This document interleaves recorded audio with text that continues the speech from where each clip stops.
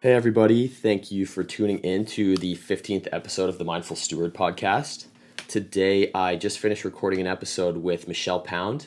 If you haven't heard of her yet, she's a corporate meditation coach in Toronto. She also won the Class Pass Instructor of the Year for anyone who is from the city and has heard about the Class Pass program.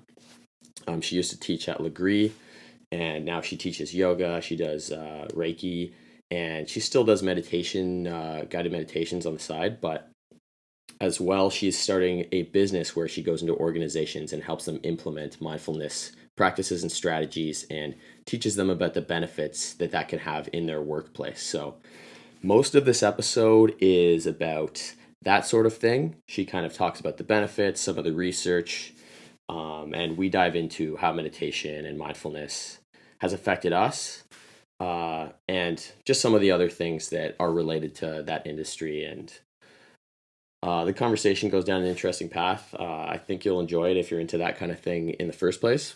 But I just wanted to let everyone know I have been talking about it for a while, that I was going to release meditation resources. So I was actually recording those meditations with Michelle. So right now I'm giving away, she's also giving it away on her website if you want to subscribe there. I believe it's michellepound.com, but I'll put the link in the bio. And but I'm also giving away a guided meditation from her. It turned out really awesome. It's honestly it's a really good meditation if you do want to get a hold of that. And I'm also giving away a couple little ebooks that I've created. So you can sign up online. It's on my website. And without further ado, I'll get this episode started. I hope you enjoy it.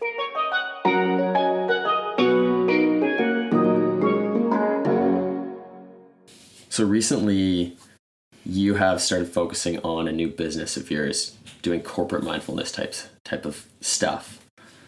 Did you want to talk about that a little bit more? Yeah, for sure. So I work with companies and organizations to implement different meditation and mindfulness techniques to really just empower employees from all levels, usually starting from the top down, just so that they can really create happier, healthier work environments. So what I kind of was noticing, having worked in corporate world for a number of years, is just a huge level of imbalance. People feeling overworked, overwhelmed, and stressed and anxious. And one thing that I was able to kind of do for myself through meditation is kind of shift all of those feelings and really just be able to focus on the now and the present. And what that did for me from a productivity standpoint was really incredible. I was really able to focus on what exactly it was I was doing, stop procrastinating, really just excelling. And then from there, opened my ability to communicate with my colleagues and clients, to kind of have a perspective where I was a little more zoomed out, a little more of an observer, and didn't have to react to anything that was said, but kind of really just listen. And that also just really inspired a lot of creativity where I didn't feel blocked. I felt open, and I just saw that kind of translating to the people around me. Cool. So at the time, where were you working when you were noticing that kind of thing? So I was working for a company called Indeed Labs, and I worked in e-commerce and was a digital and social media manager, and just kind of saw that we were like a small team and we all had really different communication styles, and just kind of being able to observe what was going around me and wanting to kind of change things and not be reactive was kind of what propelled me to start moving in that direction of mindfulness. Awesome. Yeah, I know for myself personally, I found that, meditation has so many different benefits, all the things you kind of listed, but I would say the biggest realization for myself is that it kind of snaps you out of just autopilot thinking and just the autopilot mind in general, which is when you feel stressed, you just feel stressed, and that's the only thing you're thinking about. And once you start meditating, you feel stress and you observe it and you think about, why am I feeling stress? and you start to look at kind of the roots of all those things. And it just teaches you how to really control it because you understand the source of everything. Yeah, well, our minds are constantly wandering. I would say probably about 50% of the time we are not focused, and we're kind of shifting in this pattern between the past and then the future. And it's really just hard for us to kind of stay focused on the moment, which creates a lot of unhappiness, a lot of anxiety, a lot of stress, and that translates, not only in work, but all kind of areas of our lives. And so when you learn to kind of cultivate and practice mindfulness and bringing it back to the moment, there's so many different benefits, from physical to emotional to mental. You can really quickly reduce your stress levels just by taking a moment, taking a breath, and resetting before you answer, before you write an email, before you go to your next meeting. And that's really incredible benefit you can see right away. It also just really helps to improve your kind of work and interpersonal relationships. If you're a little bit more mindful and you can look at things from the perspective outside of yourself, and kind of take in that other person's perspective, or just really listen to what they're saying. So often we are just waiting to respond and speak what we want to say versus actually absorbing what the person is saying to us. So mindfulness really kind of helps on that level. And then from mental benefit, you're kind of able to improve problem solving and your ability to stay on task. You're able to kind of see things a little more creatively and objectively. So when it comes to the research on that, I know you were mentioning via email that there's a lot of different studies about how that affects the workplace.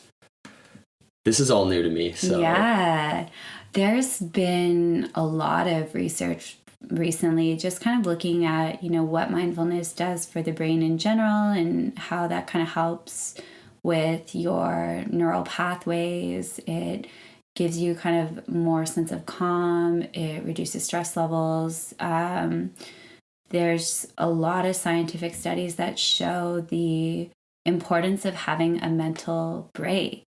Think about when you go on a vacation and you come back and you feel rested, or, if you take them 40 minutes, kind of time out, and then come back to something, you kind of have fresh eyes. So we're kind of in this culture where we're expected to work these really insane hours and we're burning out and we feel so unbalanced, and you're seeing so much sickness and disease, and there's just so much power to allowing your mind to pause, to break. And there's various studies from the top schools in the world, the top researchers from Harvard, Yale, Stanford, that are really speaking to this and the power of just pausing.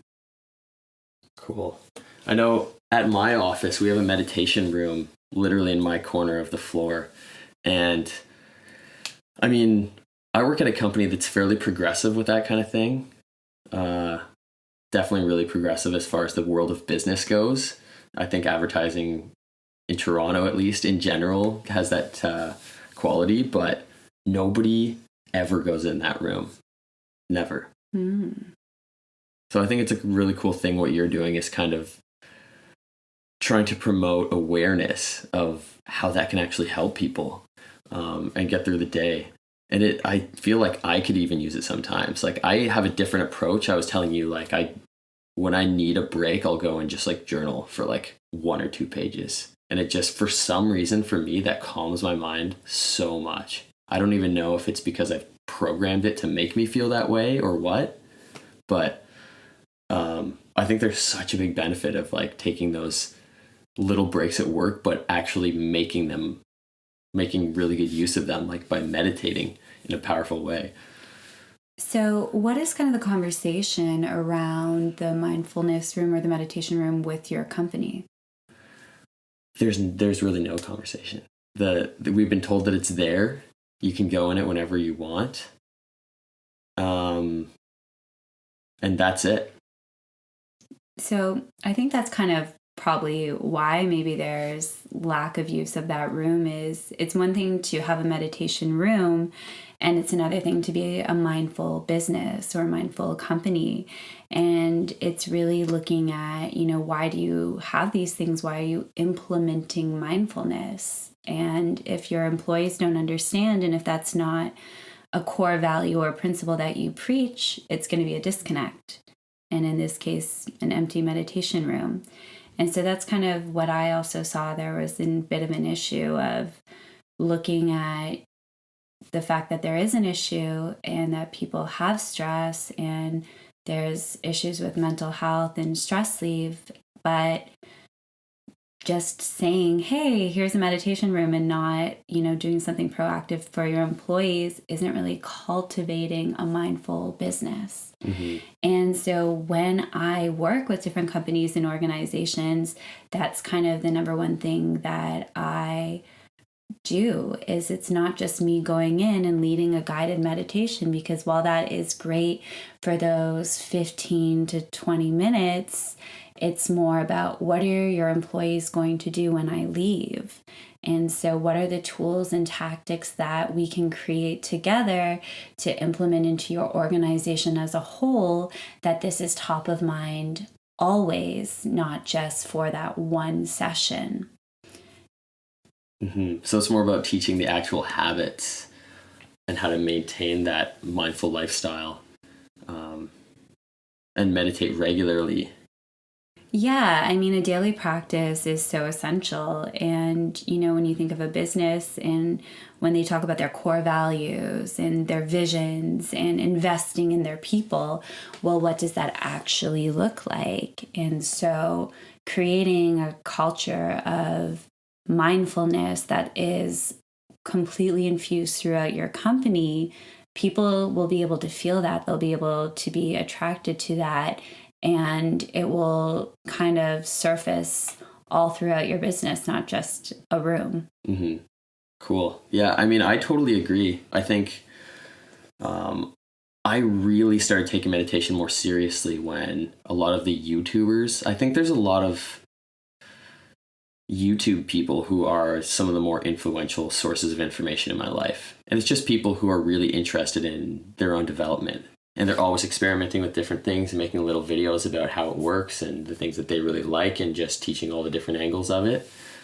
And they all started claiming in all their videos, meditate. That was the one thing I would say that everyone needs to be doing, is meditating. And then I read a book again a little bit later. I forget what it was called. But it talked about the practices of some of the top performing CEOs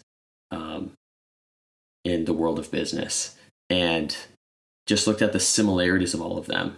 And I was surprised by this, but one of the similarities was they all have a practice of mindfulness. They all meditate or do something along those lines every single day. And the other one was that they have cold showers in the morning. And I think the other one was a morning routine. Most of the time, the morning routine was all of those things. It was cold shower, meditate, and then get on, and then like a healthy breakfast or whatever else. So, I mean, I think it's like a little bit of a life hack that some people have figured out, and soon people like you, I think the world is really starting to become awakened to it, that we don't have to necessarily pop pills or do all these different things to feel better. You can really take control of your own state of mind. Yeah, I mean, I think it's really important to kind of bring the dialogue back around to the individual and to their selves, and knowing that they don't have to look to these external sources, but they have that ability to empower themselves from within. And meditation is just one of those tools to do that, where you're really taking a second to pause and tune into that moment that you're in and just reflect on your breath, on what you're feeling, being connected to your body, and just allowing that mind to kind of relax and release. And from there, you can kind of get clarity. We have thousands of thoughts a day, and 90% of our thoughts aren't even real. They're just stories that we create, and it's based on our kind of unique filter that we have of the world and how we see things, and then we can impose that on other people. So when we kind of take a second, we get quiet and we're not giving every single thought power, that in itself is so rewarding, and it allows you to kind of start staying small and not getting so bogged down with all of these kind of ideas or distractions. And I think that's why like some of the world's leading minds in business are avid meditators. You know, everyone from Rupert Murdoch to Oprah Winfrey to Russell Simmons and Ariana Huffington all talk about how important it is to kind of have this meditation practice. And it works on so many different levels because you can really just step away. And that in itself, to me, is one of the greatest gifts you can give yourself, the time to just pause. Mm-hmm. Do you think that we live in an overstimulating world right now? 100%. I mean, half the time when people are having conversations or are with each other in general, they're not present. They're checking Instagram, or they're thinking about the email they have to send, or they forgot to turn off the oven or something, and people just can't be in the moment. It's always like, what's around me, what's next? And it's really hard just to stay focused. Mm-hmm. Yeah, I have a few things to say about a few things you've said in the last couple minutes, but one thing that I've heard, I read a lot of content around these topics. So when I hear one stat, I don't think that much of it. But when I hear it over and over again, it starts to really stick with me, especially if I'm hearing it from different sources. And one thing I've heard a few times now is that 80 to 90% of your thoughts in a day, on an average day, are just the same thoughts from the day before. So it goes to show that your thoughts are a habit. They really are. You know, thinking negatively is more of a habit than it is anything. And meditation, I think that's where some of the most powerful aspects of it come in, is you start to tone down those automatic thoughts that just come to you out of pure habit. But I think when it comes to overstimulation, like our brains are not evolved to live in a world where we see like 100 flashy ads every minute we walk down the street and things like that. We're not. I mean, some people like to argue that, but from what I've read, it takes over 10,000 years for the human body to evolve a new trait, or to, you know, adapt an actual evolved characteristic. So, no, like we're not evolved for that. You can get used to it. You can learn how to deal with things. And I think that's why meditation is so important now, because our world is just going to become more and more like that. And maybe like 50 years ago, when things were honestly a lot more simple, you know, that like, let's say before the TV was invented, the most stimulating thing was the radio, and maybe going to like a show, like a play. That would be the most stimulating thing you would experience, or a sports game. So was meditation as important back then? Maybe not. But like right now, we live in a pretty crazy time. Yeah, 100%. And even to think about, you know, when we were kids, and what we would do is, you know, some of those things are obsolete, like going to Blockbuster, or just simple things of walking outside in nature. And there's a lot of kind of fear in culture right now, and a lot of isolation, where, you know, we're kind of in this world where we're more social than ever. We're more connected from an online perspective. But when people are in the presence of other people, sometimes they don't even know how to act. People don't make eye contact, or if they do, they immediately look away. They're shifting their energy if things aren't posted on social media. Did it really happen? And so it's a really interesting time, and those kind of basic human elements of having a feeling of connectedness are kind of shifting away. And that translates, of course, from work to personal relationships. And really, meditation kind of brings you back to that simplicity. And, maybe they didn't have those things 50 years ago, but then maybe people were sitting with themselves a bit more and journaling or reading physical books or going on meditative walks. And so it was kind of a different practice of mindfulness. And it's interesting, like now we literally have to make time to go inward. It's not something that we're comfortable doing because we are so stimulated all the time that we feel as though if we're not doing a million things, then we're not being productive. When sometimes the most productive thing we could ever do is to be still. Mm-hmm. Take a few moments for ourselves. Yeah, isn't that a luxury? So few of us are doing these days. Honestly, it's pretty wild that can be seen as a luxury. Mm-hmm. But I love that you brought up connections there, connecting with other people. I read a book recently called, I forget who it was by, some guy named Johann something. And it was called Lost Connections, the Underlying Causes of Anxiety and Depression. And it's a book from like 2 years ago. This guy went around the world talking to the leading researchers on anxiety and depression.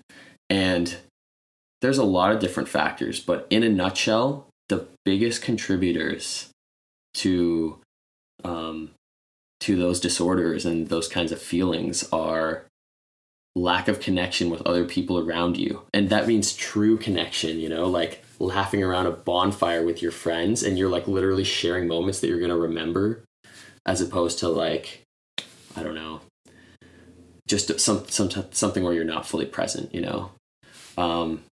and community, having like a healthy community around you. And that's why when you look at, it's something we've heard time and time again, but, you look at people who live in huts in, I don't know, Papua New Guinea or something, and they literally live off coconuts and mangoes, and they're like super poor. They can't afford anything. They have to grow everything they survive off. They're happy. They're like really happy communities because they're like, their whole day, every minute of their day is filled with community and connection with other people. And it's so simple, their lives.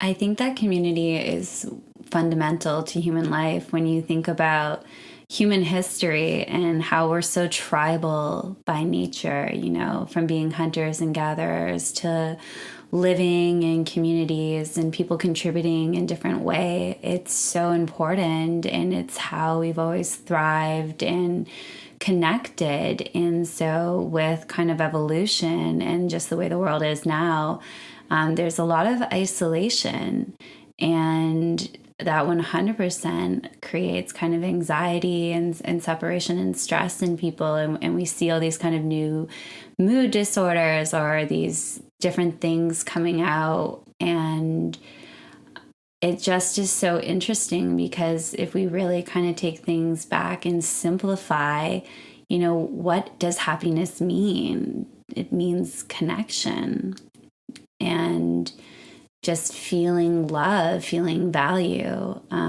There's so much power in just having a conversation with someone, just having physical touch with somebody. And we've come to kind of this place in the world where we're so busy trying to look good to other people, in consumerism and materialism and comparing ourselves to other people, that we're really so disconnected about just connecting. Mm-hmm. So I remember I was telling you last time we were talking, but like I'm from a city much smaller than Toronto, and I've only lived here for less than a year. And I mean, I love Toronto.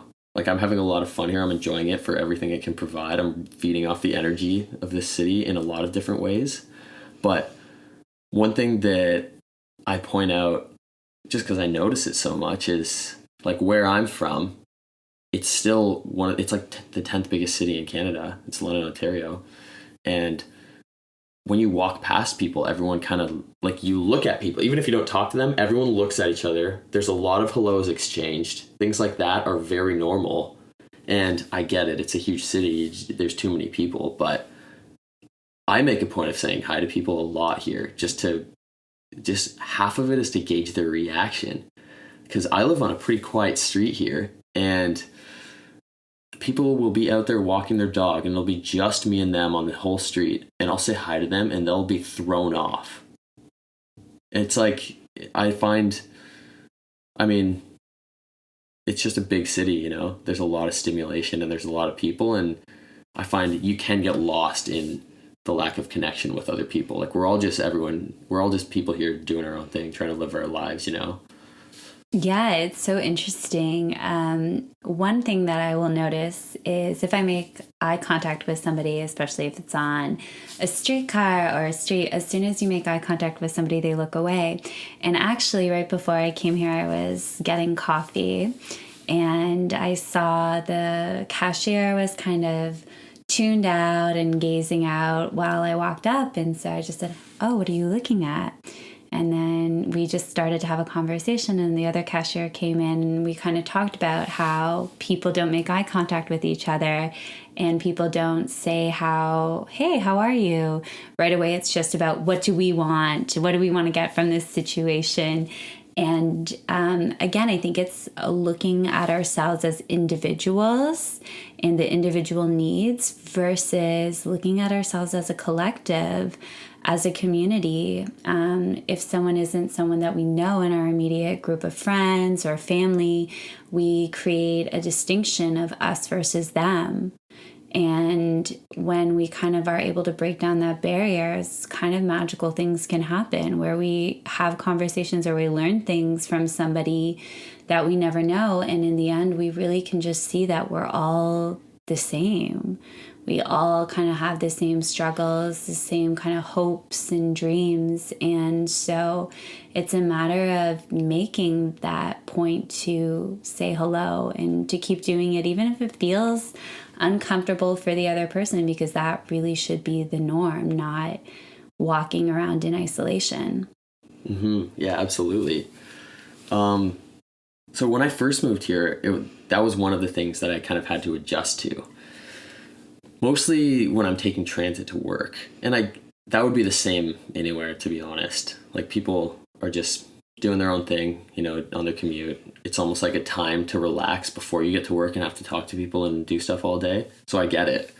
But for months, I just kind of, well, actually, I biked to work almost all summer. I don't know why I'm even saying that. But when winter hit and I first started taking the subway to my office, I found it almost weird. Like, I'd be looking around, I would see somebody who had something that I almost wanted to ask them about, just something that made me curious. But I would say to myself, you know what? No one talks to anyone here. It'd be weird if I said something to them. And then a few weeks into winter, to my commuting season, I guess, I decided to just say hi to people every time I have any curiosity. And it's almost become a goal now where I'm like, all right, I'm going to have to talk to at least a couple people every day on my commute. Even if it's just like a little comment, like something funny happens and I just like look over to someone and say something. And I'm just barely doing the bare minimum of communicating with people, but I'm the only one doing it, which is so crazy to me. But how does it feel when you're kind of having these exchanges with strangers? Oh, it feels awesome because everyone's caught off guard. I think everyone actually likes it. Everyone likes it a lot. Yeah. Like, I like it a lot. It also feels good, like, overcoming that fear of talking to strangers for no reason also, you know? Yeah, I mean, I think we all are just kind of scared of each other, which is just kind of funny to think about. And, you know, so much can happen by just being kind. Saying hello could be really the most kind thing you do to someone, because we don't know what each other is going through. And it's such simple acts of kindness that kind of really allow the world to shift all around us. Yeah. Have you ever heard of the word saunder? No, let's talk about it. Okay. So I love this word. I want to write a bunch of stuff around just this one word. But it's not even a dictionary word, but it's one of those terms that's being used a lot for, I don't know, people are using it, but it's not an official word yet. I've looked it up and everything, but saunder is the sudden realization that every person around you is dealing with things and has a life equally as complex as your own. And it's such an interesting idea when you're walking down the street and you see people and normally you just look at them and you're like, oh, that's an old guy, or a guy in a suit or something. But then you actually look at them and try and picture what their life is like, because it's probably, they have just as many crazy complex thoughts that they're trying to figure out in their own mind, exactly as many as you do, you know?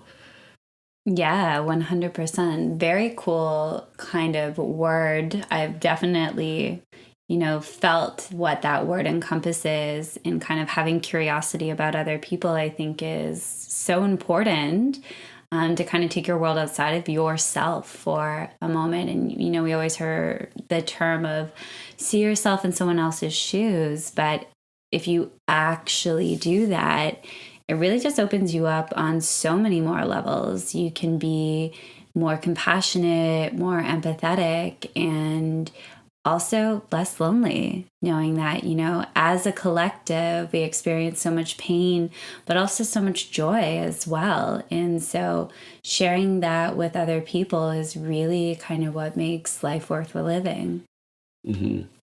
So I'm going to change the topic, but before I leave the general meditation mindfulness specific realm of this conversation, I was just going to ask you, what is your approach with what you're doing with your business? So are you basically trying to go into companies and run seminars, or are you trying to go in and kind of train the employees or train the HR people on how to bring about mindfulness culture? Yeah, so it kind of varies depending on who I'm working with, but there's kind of three main things that I do. So there's workshops that are based around the principle of mindfulness, and then meditation. And those are kind of more of an hour to an hour and a half, depending on what the time looks like. And that's kind of like a little taster of here's some things that you can do, usually 3 easy steps to implement into your organization and see benefits right away. And then I kind of do more in-depth work, which would be more longer trainings. And that could be anything from half a day to an 8-week program to longer, depending on what the organization is looking for. And that's really to kind of make an overall organizational change where, when companies say they really want to invest in their people, this is kind of them really speaking their truth and starting that change from the top and really embodying that and funneling it down on all levels of the organization so that it truly becomes a mindful work environment. And then there's just the component of meditation where, there's curiosity of what exactly is meditation and how does it work and can we do this?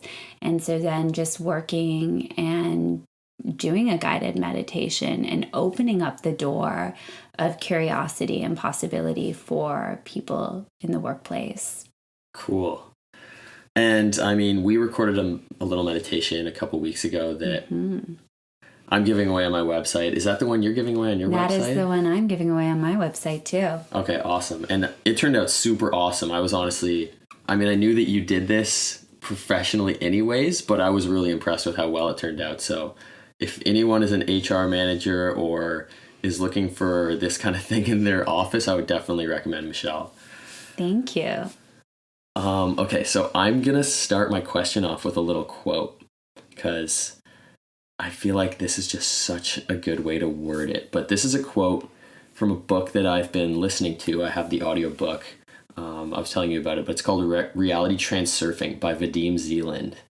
And he's an old astrophysicist from Russia, and all his stuff is translated, which just as a side note, I find it really interesting that all these physicists turn into really spiritual people through their studies. I find that so intriguing. Like, you look at Albert Einstein and a lot of other people, and they start talking about the law of attraction and all these weird esoteric things.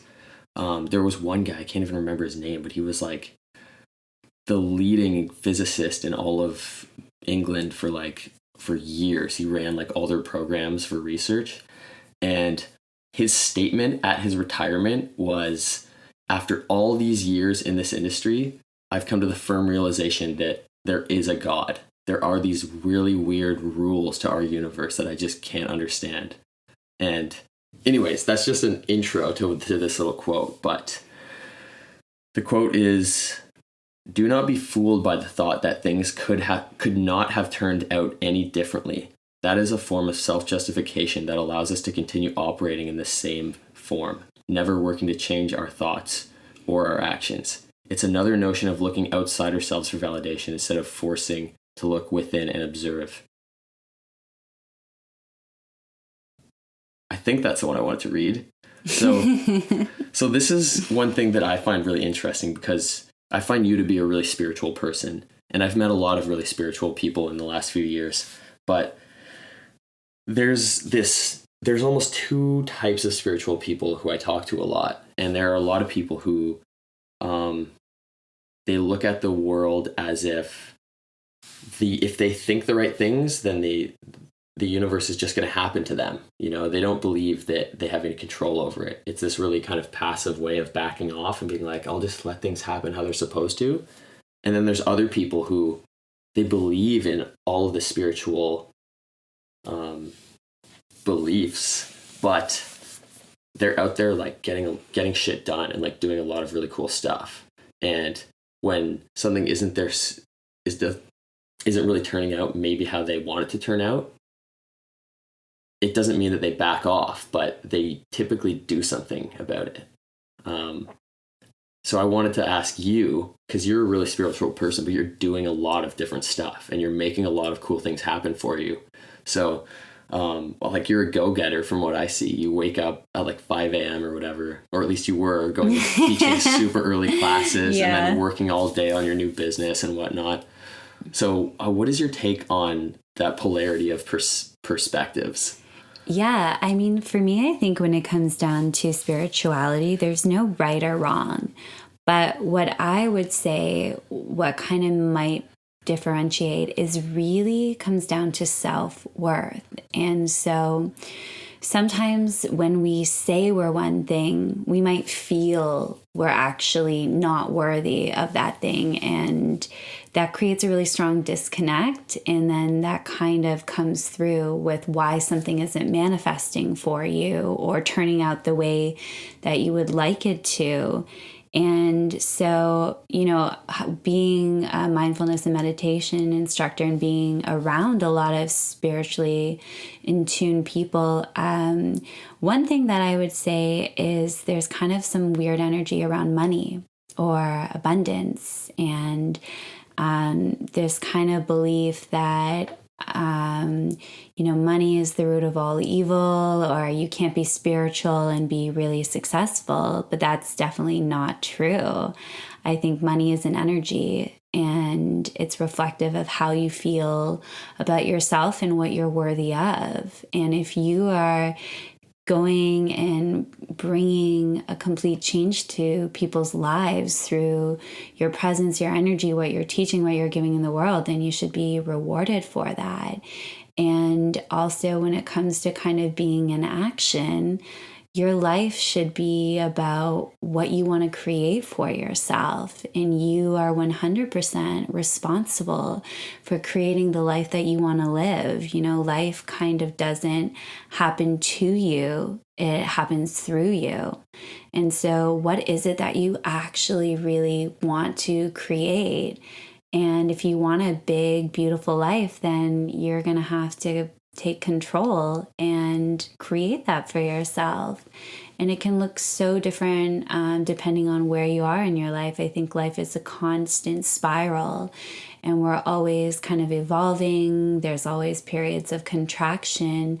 But if you really want something, the most incredible thing is you can make it happen. Our entire world is full of people's dreams come true.